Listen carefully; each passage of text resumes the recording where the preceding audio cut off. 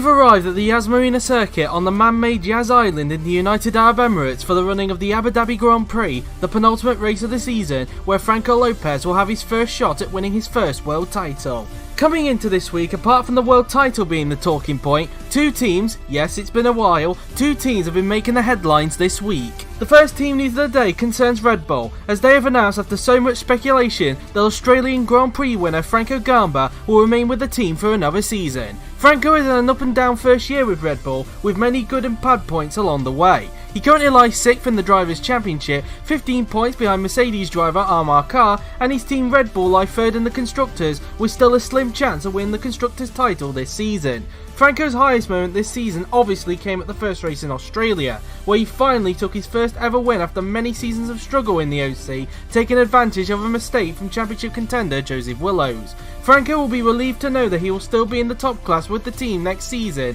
and he will be looking to continue the momentum from Kota and hope to have a better year in 2020, where he will hope to fight for the title. He will once again partner alongside Miklos Gau, making it the first time since 2017 that Red Bull has retained a driver lineup. As for Jay McKenzie, he could be in a spot of bother, as with him leaving Renault at the end of the season and Red Bull deciding to retain their current lineup, there is a strong chance that Jay could be out of a drive in 2020, which will make it the first time a top class world champion has lost out on a top class drive. However, we will have to wait and see. The second and final team news of the day concerns Manor, as after weeks of speculation, they have announced the 2019 Formula E champion Amelia Wilson will make a top class debut in 2020. Amelia has had an amazing year in Formula E after previous seasons were riddled with bad luck. As mentioned, she won the Formula E title this season, becoming the first ever female to win an OC title after fending off a Mahindra driver Joseph Frederick Suto during the course of the season, and her team BMW I Andretti Motorsport won the team's championship, making it the first time a team has won 2 FE Teams titles. The announcement about Amelia's appointment will make it the second season in a row that a Formula E driver has skipped the entirety of either GP2 or DTM to join the top class, with Matteo Catalan doing the same thing this season. Although she will be hoping not to do the same mistake as what Matteo did in this year's silly season. Her announcement will mean that there will be 2 females on the grid for the first time in top class history, with Laura Chum being confirmed to remain at Ferrari back at Monza. Amelia will be over the moon to know that she will make a top class debut in 2020, and she will be looking to have an impressive rookie season in Manor's final year. She will partner alongside Rosetta Martinez, who will remain with Manor in their final season. Her announcement means that Maxim Titkov will be leaving the team at the end of the season, with a lot of doubt surrounding his future. Like with Lean Campana, Jared Fosby and Jay McKenzie, there is a good chance that the Russian could be out of a drive in 2020, but we will have to wait and see. And that is it for the penultimate episode of the GP4 OC News Series 7. Just 4 more seats are left to be announced now, which consist of the 2 seats at Alfa Romeo and the 2 biggest ones, which are the remaining seat at the renamed AlphaTauri and the remaining seat at Ferrari. The final team news of the season will break as per usual at the Brazilian Grand Prix next week. Who will get the final 4 seats, which drivers will miss out on a drive, which test drivers will be announced early, and which drivers will be a part of the 2020 GP2 season? Tune in to the final practice session of the season next Tuesday at the Autodromo Jose Carlos Pache in Interlagos, Sao Paulo.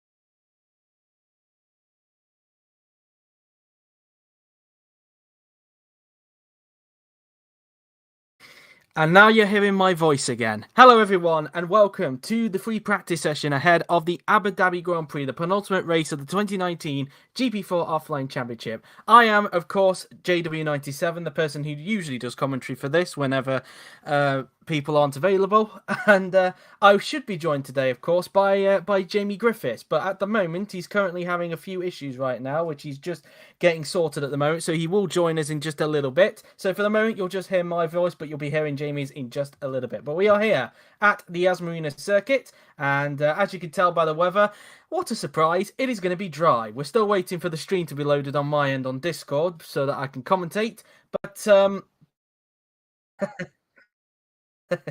Yeah, yeah, we should be getting underway very soon. Now I've got the stream loaded up, so I think without further ado, let's get to the free practice session. The 25.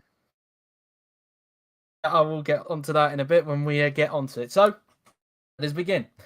So, as just one thing you need to know, as some of you may be aware on Discord now, thanks to a fix that was found by none other than Florian, in fact, Florian Volker, there is now a chance that we could actually see rain at Abu Dhabi, because in previous seasons, the rain was set to 0% due to a glitch with the pit entrance. But now we've got a 1% chance of rain actually happening here in Abu Dhabi. Yes, 1%. It's very low, but it's still a chance.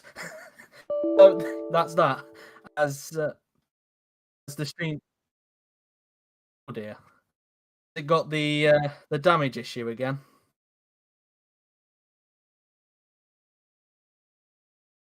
Yeah. So yeah, we've just had a crash there. I think the damage files may have been corrupted, like I had in the BTCC and like back at Baku as well. So just give it a moment, guys, whilst we fix the issue, and then we'll get back underway. Yeah. A fresh one up. At least we know what the problem is now, unlike back at Baku. So didn't mean to rhyme there. So that might give Jamie plenty of chance to fix what he needs to, so that he can actually get into the stream. So that's that. No, it's not the computer. The game has crashed, Franco. I think it's the same issue that we had in Baku, where the crash physics corrupted. So Yuri's just installing a fresh pair so that we can get underway. So at least we know now what the problem is, unlike last time at Baku. So where it took us like 2 million years to find the problem. So yeah, that's that then. So coming into this race, of course, whilst we are waiting for the problem to be solved, coming into this race, of course, Franco Lopez, of course, has a good chance to win his first world title. He comes into this with a 34-point lead over Joseph Willows and Miklos Gal, who are both tied in second position. Joseph being in front of Miklos due to the fact that he has 3 wins compared to the 2 wins that Gal has. So a very good chance for Lopez. Whether he will win the title this weekend is another question. And shall we press OK just to make sure that it has worked, Yuri? And that's that. So do you believe that Franco Lopez will win the title this week, guys? Or do you think it will go to the final race for what would be the 5th season in a row? So leave your predictions in the stream chat. Let's check if it works this time by. And well, obviously the loading bar needs to get to the end, and then we find out if the problem has solved itself. Yeah, sometimes loading takes a while. And there you go. Yep, it was the crash physics. So like we said, at least we know what the problem is now in future. And I've still got that glitch that I had the other day when I was with Flo, where for some reason it says it's muted, but for some reason it's not. So I'm going to have to deal with that, I'm afraid. There seems to be a problem with Discord, clearly, that they need to patch. So anyway, so Lopez obviously has a chance to win it. So leave your predictions on whether you think he should win, if he will win the title here at Abu Dhabi, or whether it will go to the finale at Brazil. The tyres, as you can see, the compound we'll be using today will be the hard tyres, and there is a test driver on track today, and it comes courtesy in the form of Roberto Gamba. Roberto Gamba, who is of course the Haas test driver. I think a lot of people may have forgotten about that, but Roberto Gamba is in the Haas today in place of Jared Fosbury, because of course Jared is lower in the championship compared to Chris Chatfield. So you'll be seeing Roberto Gamba in the Haas today, and I believe he's the only test driver on track from memory. Yuri hasn't told me any other test drivers, so I believe that is the only test driver that's taking part in this session. But first on the track,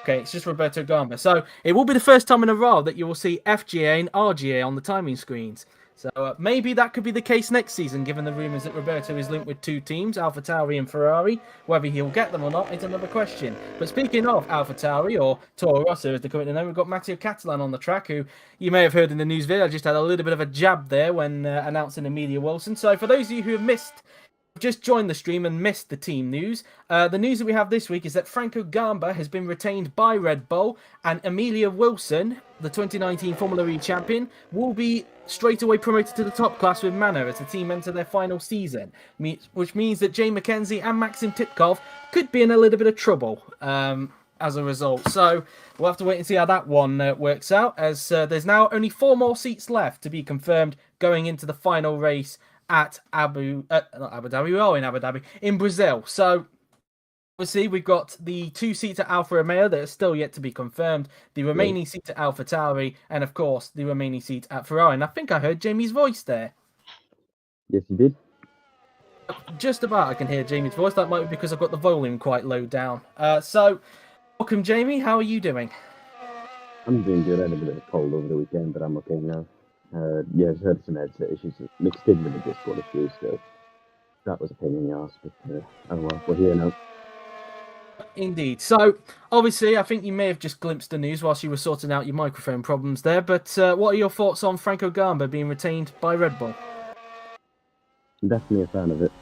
I think he deserves a second chance for Red Bull. Of course, he's not into great this season, but he's had a couple of flashes of greatness, so of course, if Red Bull getting stronger in the next couple of years, and of course, the fantasy era as well, it could be a crucial move. Indeed. And what is your thoughts as well on Amelia Wilson being promoted to the top class with Manor? Yeah, that's exciting. I know I'll be fighting with her a lot next season between Williams and Manor, so yeah, I look forward to racing her. Congratulations to her as well. And yeah, second woman on the grid is always exciting. Indeed. So congratulations to those two again. I think Franco Gamba may have been a little bit surprised that he got announced a race earlier than I think he thought he was going to get announced. So that's that. So obviously coming into this race, of course, Jamie, Franco Lopez obviously has a very strong chance of winning his first world title this week with a 34-point cushion ahead of Jose Willows and Miklos Gal. Do you believe he can win it this week, or do you think it will go to Brazil? You'll have to guess from the course you can never say never in the GP4. See, as the last couple of weeks, minus last week, proved where he DNF'd a couple of races. So Franco has shown that he has the pace to dominate races. So yeah, it'd be interesting to see if he can win it or not. Indeed. Obviously, for my sake, of course, and not trying to be biased, but I hope he doesn't win it because I'm one of the drivers in contention for the title. So, obviously, there's only 3 contenders left, of course, because in the last race at USA, which was a bit controversial at one point, but in the last race at USA, obviously, we're now down to 3 championship contenders. Laura Chong and Amar Khan are now officially out of the title fight, and it's only Lopez, Willows, and Gal who can mathematically win the championship now. And for Gal and Willows, they need to beat Lopez if they want to take the title to Brazil. So it's going to be basically a must-win for both of them in a way. Yep, indeed. And of course, I think, but how far behind is Gal? I probably should have checked. They're actually both 34 points behind because Willows and Gal are both tied on points. Yeah, they're in the same position, so they'll need the same amount of luck, basically. So yeah, it'll be up to one of them to Franco Lopez, and Gal's actually set the early pace here. Indeed. In fact, it's a Red Bull 1-2 at the moment because Franco Gamba is currently in second. Now, it says FGA. That is not an error on the timing screen, as I mentioned a little bit earlier, because, of course, his cousin, Roberto Gamba, is taking part in this practice session for Haas. And, of course, he's linked with 2 seats, AlphaTauri and Ferrari, which we now know will be confirmed at Brazil, along with the 2 Alfa Romeo seats. Whether Roberto gets one of those seats is another question, because there is competition for both of those seats. Of course, the Ferrari seat, we know it could be between Roberto Gamba and David Kupok if they lose out on the AlphaTauri seat. And then there's a long list of contenders for AlphaTauri, and then a few contenders for Alfa Romeo as well. Well, speaking of Roberto Gamba, he's currently last, in fact, because Martinez has just gone in front of him now. So, not the best first lap for Roberto Gamba. It's obviously been a while since he's been in a top class car. Obviously, the last time was during pre-season testing for the 2019 season, but at least he's got a session in for this one, and he'll be hoping to be back in the top class, of course, next season. Here is Evan Byrne, currently in 10th position, and whilst we were looking at a Racing Point and a Renault there, as Roke makes a bit of an error there. Yep, and it's because it looked like the Armour car got past him down this long back straight, of course. And it obviously put Roke a bit wide and put him out of position for the beginning of this right-hander. The curve basically bouncing off across there. Yep, so it's interesting to see that other cars are getting in the way of other cars here in practice through quite possibly qualifying later. And of course, my thoughts on the Ferrari and the AlphaTauri prediction side, I think it's going to be wherever Kupok goes, Roberto will be to the opposite team. That's what I think will happen.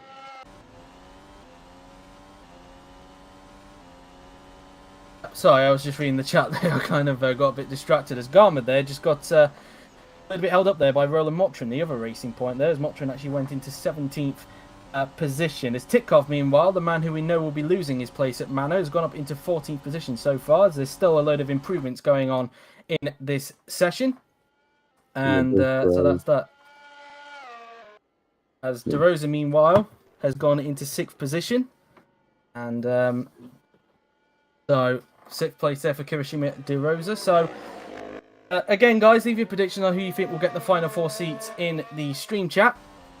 As well, we're here at Abu Dhabi, of course, which in real life, of course, is having a little bit of a makeover. It must be said. A couple of corners are being adjusted. Obviously, we don't have that version at the moment on Grand Prix 4 because, well, F1 guys haven't been around the new version yet, so we obviously can't.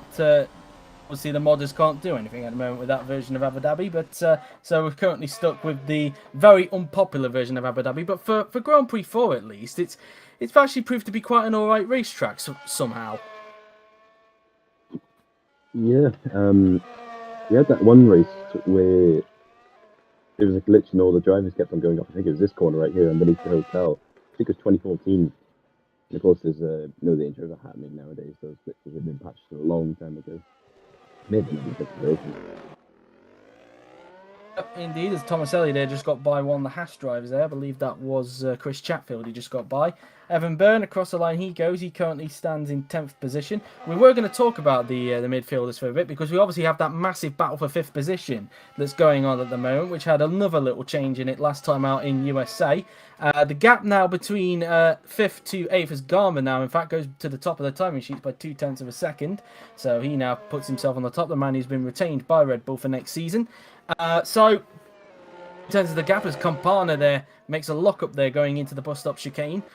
But as I was saying, as we have a look at the replay there, but obviously a big battle. The gap between 5th to 8th in the championship is currently 8 points. It's a very, very close championship between Alfa Romeo, Renault, Racing Point, and of course Toro Rosso. So it's going to be interesting to see who's going to end up walking away with 5th at the end of this one. But one thing for certain, I don't think any of them can get McLaren, of course, because McLaren are just a long way ahead. As in real life, and as well as you look at the timing order, the two Williams drivers are currently sat in 11th and 12th. They've done practice, I know, but two impressive times so far. Indeed, 11th and 12th so far for the Williams boys. Obviously, there is a little bit of a straight line power that you can get down here, but at the same time, the Mercedes, as we know, is not the quickest in a straight line. We know that the Ferrari is, and we believe the Honda and the Mercedes are quite equal to each other, whilst the Renault has got a very draggy car. As Q-Pop trying to get by on an Alfa Romeo there, and he does so very easily, that Alfa Romeo being Andrea Verderi, which I think for a lot of people, I think they'll be surprised to know that Verderi has not been confirmed yet, because I think a lot of people were expecting him to be confirmed quite early in the season, but none of the Alfa Romeo drivers have been confirmed so far. Are you surprised by that, Jamie? I was certainly expecting Videri to get reconfirmed for 2020 by now. Of course, there was a little bit of doubt if they did the numbers, but he's had a couple of decent performances alongside some questionable performances as well. But yeah, the good ones definitely outweigh the bad ones, and I'm surprised that both of them really haven't been retained. If one of them doesn't get retained, then who's the favourite to go to Alfa Romeo? That will be an interesting question, that is for sure. Well, we know there are... we know with the Alfa Romeo seat as well, of course, that Gabriel Gomez, not only is he competing for that seat, he's also competing for Alpha Tauri as well, which you could say as well could be a factor in this as well, as here is Roberto Gamba, in fact, just making a little error there, going through into the chicane, currently down in last position. So we've got a Gamba at the top and a Gamba at the back, so pretty much everybody's in a Gamba sandwich at the moment. As I was saying... what was I going to say? Oh yeah, about the Alfa Romeo one. Obviously, Gabriel is obviously trying to fight as well for the Alpha Tauri seat. So if he ends up going there, obviously it could bring into favour the two GP2 drivers that I discussed yesterday with Rob, of course, Aaron Curtis and Bence Valdinga. Those two are also in the scrap for the Alfa Romeo seat. So it will be interesting to see if any of those two end up getting the Alfa Romeo seat. If either one or neither of them get retained for next season, it will be a very interesting to see. But of course, for Curtis and Valdinger, today is their last chance to impress, really, because of course today is the finale of GP2 at Interlagos, where the title is on the line between Dudu Kirby and Thomas Anderson. Make sure to watch that at 7 p.m. BST. As we look at Franco Gamba now, then, who was up on his personal best in the first sector, but is now down on it in his second sector by 0.04 of a second. As he just makes his way around that complex of corners. There's now his teammate Gao trying to get by on Laura Chung there, but isn't able to do so at the moment. Gao getting held up by Chung at this point in time. They make their way through the 90-degree left-hander and using all the curb on the outside. And now into the triple right-hander and making their way towards the hotel section. Byrne across the line, no improvement for him at the moment as he's joined by the two Williamses behind who line up in 11th and 12th at the moment. This practice session, Sontag currently ahead of Lean Campana. Lean Campana, of course, in a little bit of trouble as well because we know that he will be leaving Williams at the end of the season. And, of course, Jamie would know that because he's the one that's replacing Lean at Williams. So, that's that. And so Evan Byrne now then comes up towards the hairpin as Franco Lopez, meanwhile, the driver who could win the title this week, goes up into second position ahead of teammate Amar Kar. But we talked about the Drivers' Championship there. We might as well talk a little bit about the Constructors because it's very close at the top between Mercedes and Ferrari. Only 4 points cover them going into this race. Red Bull still have an outside chance of winning it, but I think they do need a little bit of luck. So I think mainly it is between Mercedes and Ferrari. So very close indeed in that Constructors' Championship. And I think you'd probably agree, Jamie. I think that will probably go down to the wire, I believe, between those two. Yeah, if only 4 points separating going into the penultimate race, then it's definitely going to go down to the wire. Meantime, Miklos Gau, can he finally get by on Laura Chung? He definitely can this time, but he's pitting this lap, so it didn't really make that much of a difference. As he's coming up behind the other Ferrari now of Joseph Willows, the man who he's currently tied with in the Drivers' Championship. The pair of them tied for second, and both of them trying to stop Lopez from winning the title this week if they can, so it can go to the finale at Brazil. We look at George Roque, who obviously has been known for having a bit of damage on the first lap quite a lot of the time this season, but always seems to be able to make a comeback through the field at the moment, and he needs to keep up these comebacks, and, well, preferably, he'd prefer not to be involved in lap 1 damages, because of the fact that Racing Point are currently in that big scrap for 5th in the Constructors with Alfa Romeo, Renault and Toro Rosso. Yeah, and by the way, this Racing Point livery, you just saw it, of course, that's probably my favourite Racing Point livery out of the I think the WT cars, definitely. The sport pacer branding on it. As the pot looks for a move on the house there, I think that was Gamba, and he gets the move. Indeed, and that was on Jared Fosbury, I believe that was, because that was a yellow helmet. As we now look at Lean Campana, who makes his way through the bus stop chicane. Now into the hairpin he goes, and he'll now make his way down the long back straight where most of the overtaking will be done. I think others will be done at the support pit straight, and you could even probably get some more at turn 1, as we saw a little bit during this this practice session. But 2 temps up in the first sector now goes Lean Campana, and he'll be looking to try and even get above his teammate, and in fact maybe get himself into the top 10 if he can keep up his sector 1 time there. As we ride on board with Kirishima De Rosa. As McLaren, obviously last time out in USA, a very good race for them indeed. And unlike what happened in Russia in real life with McLaren, which I think a lot of Lando Norris fans will want to forget about in a hurry.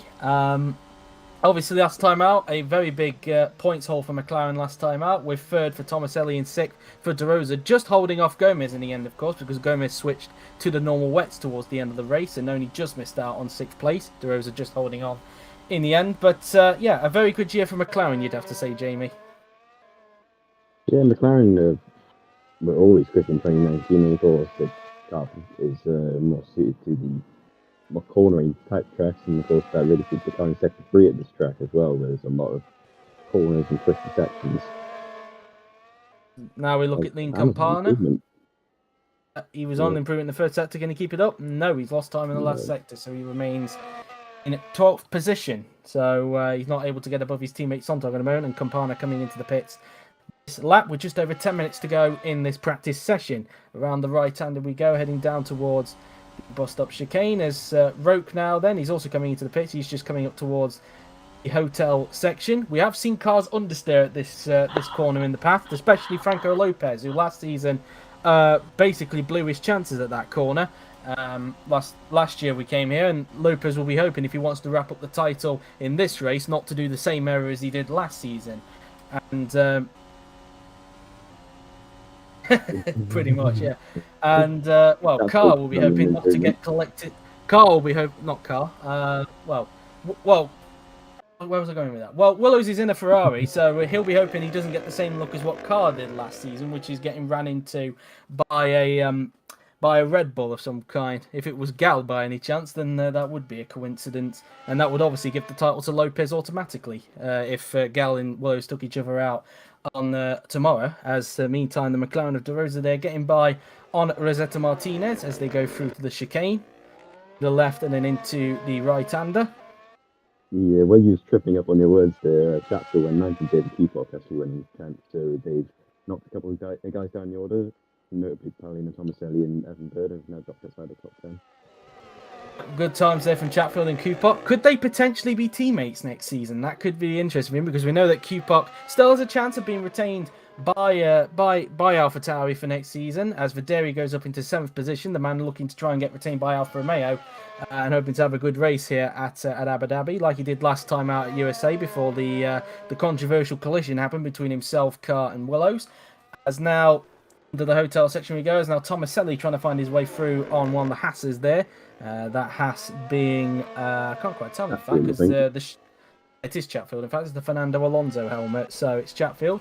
But yeah, could Kupok and Chatfield be teammates next season at AlphaTauri? We'll have to wait and see. Kupok has it as his number one choice, followed by Ferrari. So it will be interesting to see if Kupok remains at that team or ends up at Ferrari or maybe out of a drive, which would be a bit of a nightmare for David if that were to happen.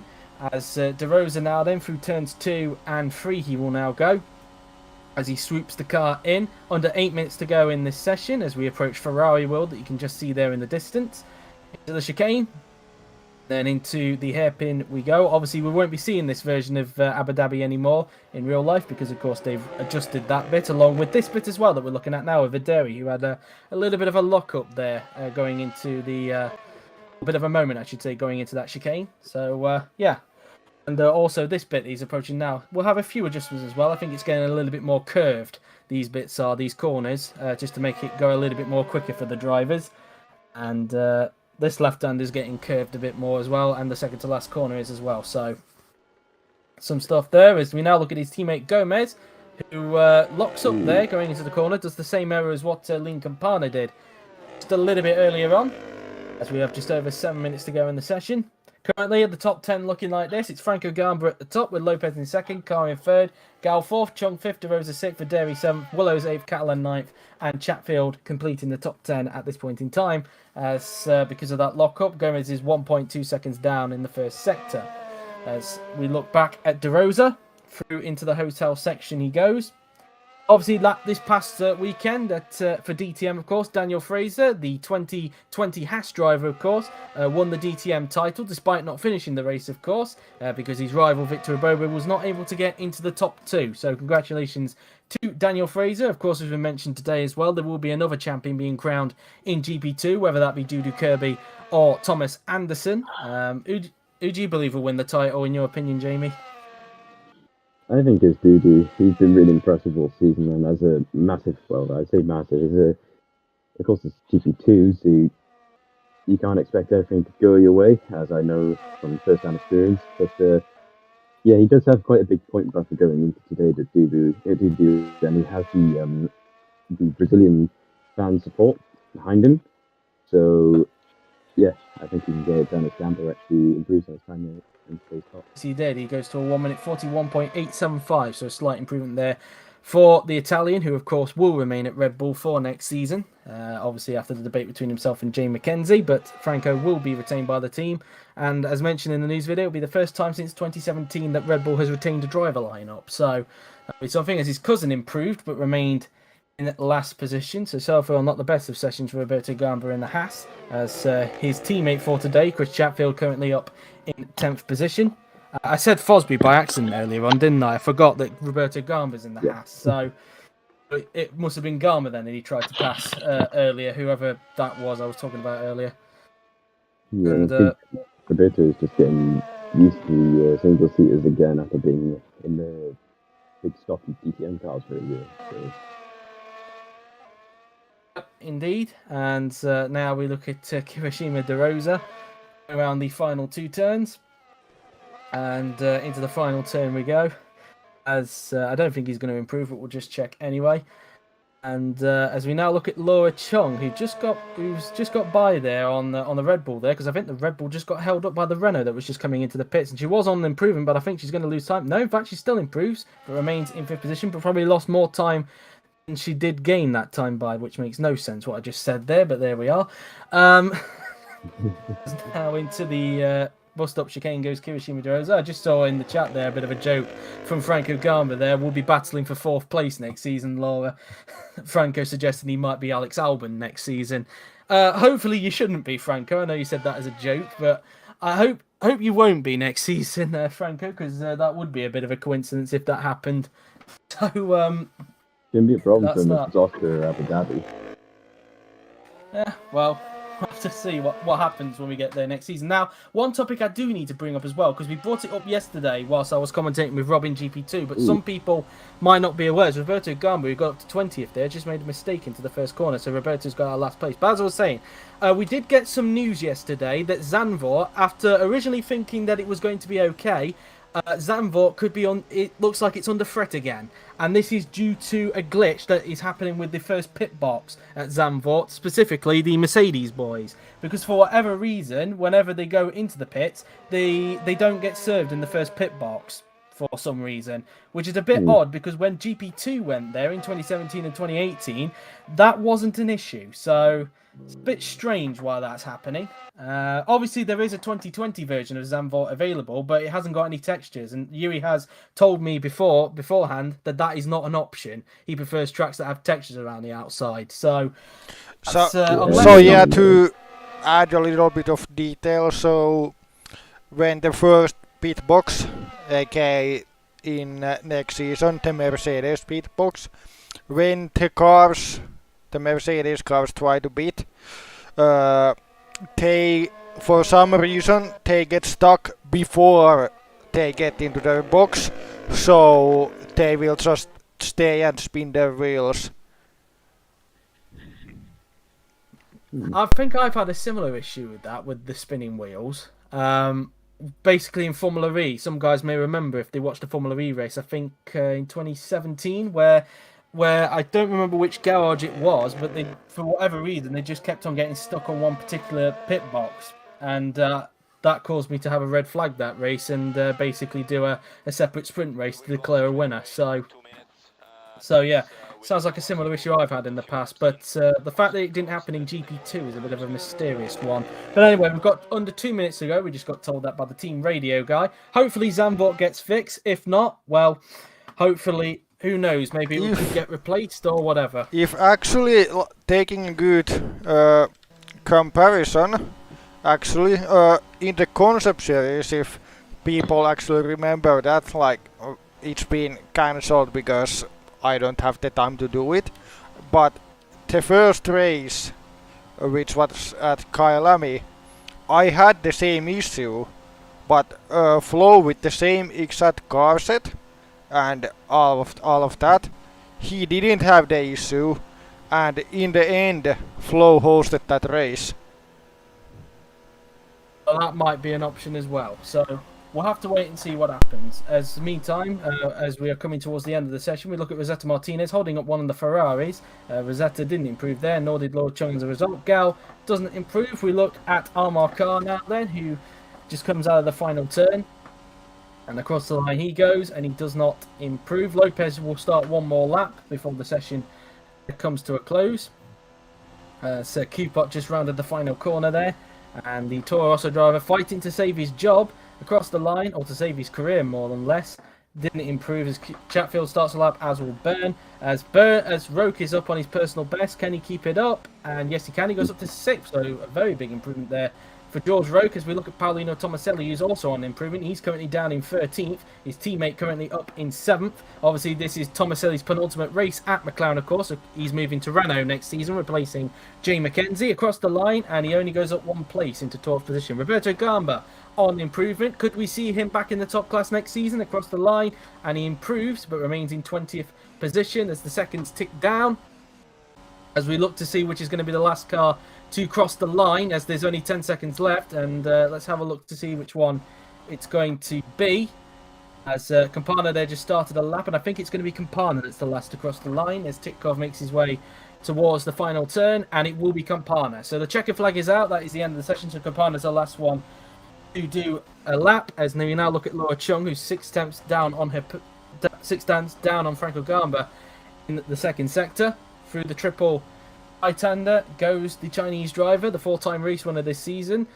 And now through the right-hander into the left. It's still a bit of a mystery as to who will be her teammate next season. Will it be Roberto Gamba, or will it be David Kupok, or could it be someone else, maybe like Robert Ionescu? Although Robert seems to think that he's probably out of it. As Chung there, you just made a little mistake there. Going out of the exit of the hotel section.